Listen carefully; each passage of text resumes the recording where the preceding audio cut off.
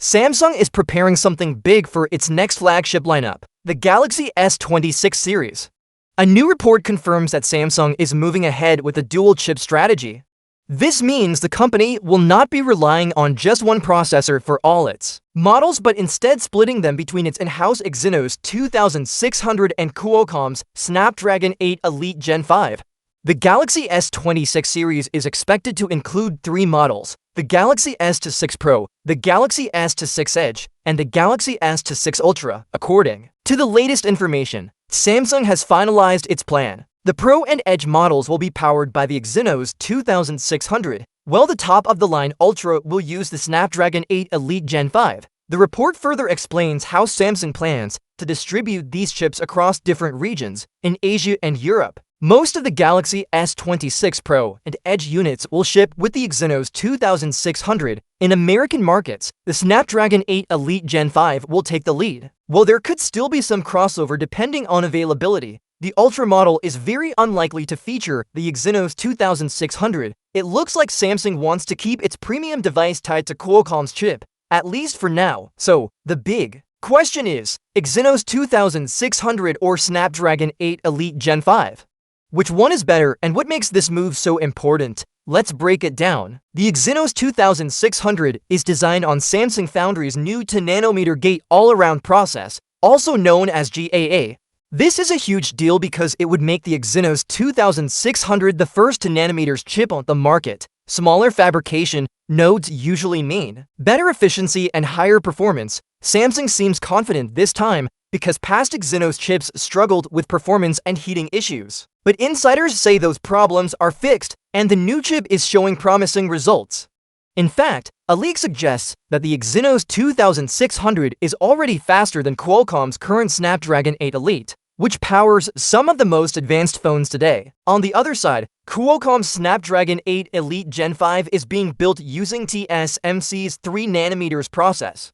TSMC has been a reliable partner for Qualcomm, and their chips have consistently performed well. However, when you compare 2nm to 3nm, the Exynos 2600 could have an edge on paper. But of course, actual performance will depend on optimization, efficiency, and real-world use. That's why many people are waiting to see how Samsung's chip performs in everyday scenarios like gaming, multitasking, and battery life. Now, here's why the success or failure of the Exynos 2600 matters so much. This isn't just about one phone. It's about the future of Samsung's System LSI division, which is the team behind Exynos chips. For years, Samsung has struggled to compete with Qualcomm in the high-end chipset market. If the Exynos 2600 delivers, it could change that balance. Right now, Qualcomm almost has a monopoly on flagship smartphone processors. And because TSMC, Qualcomm's manufacturing partner, has been raising prices, the cost of Snapdragon chips has been going up too. That's part of the reason flagship phones keep getting more expensive. Samsung's Exynos 2600, on the other hand, is expected to be cheaper to produce. If it's powerful and efficient, Samsung could offer Galaxy phones at lower prices or at least keep them from rising too fast. This is why many consumers are rooting for Exynos to succeed. It could mean better value for buyers. Think of it this way: if the Exynos 2600 is successful, Samsung won't just be competing in the smartphone market.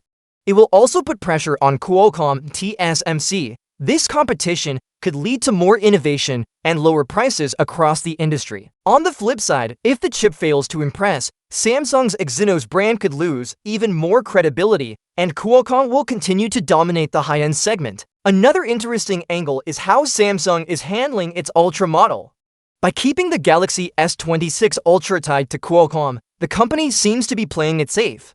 The Ultra is its most premium and most expensive model, so Samsung probably doesn't want to take risks with an unproven chip. At the same time, giving the Exynos 2600 to the Pro and Edge models shows confidence in its capabilities, while also giving Samsung room to test it in real markets before fully committing. To sum it up, the Galaxy S26 series is shaping up to be more than just another smartphone launch. It's a test of Samsung's chip-making abilities. The Exynos 2600, built on the industry's first 2nm process, could be a game-changer. It lives up to the hype. Qualcomm's Snapdragon 8 Elite Gen 5, with its proven performance and TSMC's 3nm process, is still a strong contender. The dual-chip strategy means your experience with the Galaxy S26 may depend on where you live. Some regions will get Samsung's in-house innovation, while others will stick with Qualcomm's tried-and-tested power. Either way, the outcome of this decision will affect not just the Galaxy S26 series, but the future of smartphone pricing and performance. For now, all eyes are on Samsung. Will the Exynos 2600 finally deliver the breakthrough fans have been waiting for, or will Snapdragon continue to reign supreme? Only time will tell, but one thing is certain: the Galaxy S26 series is about to bring some major shifts to the smartphone world.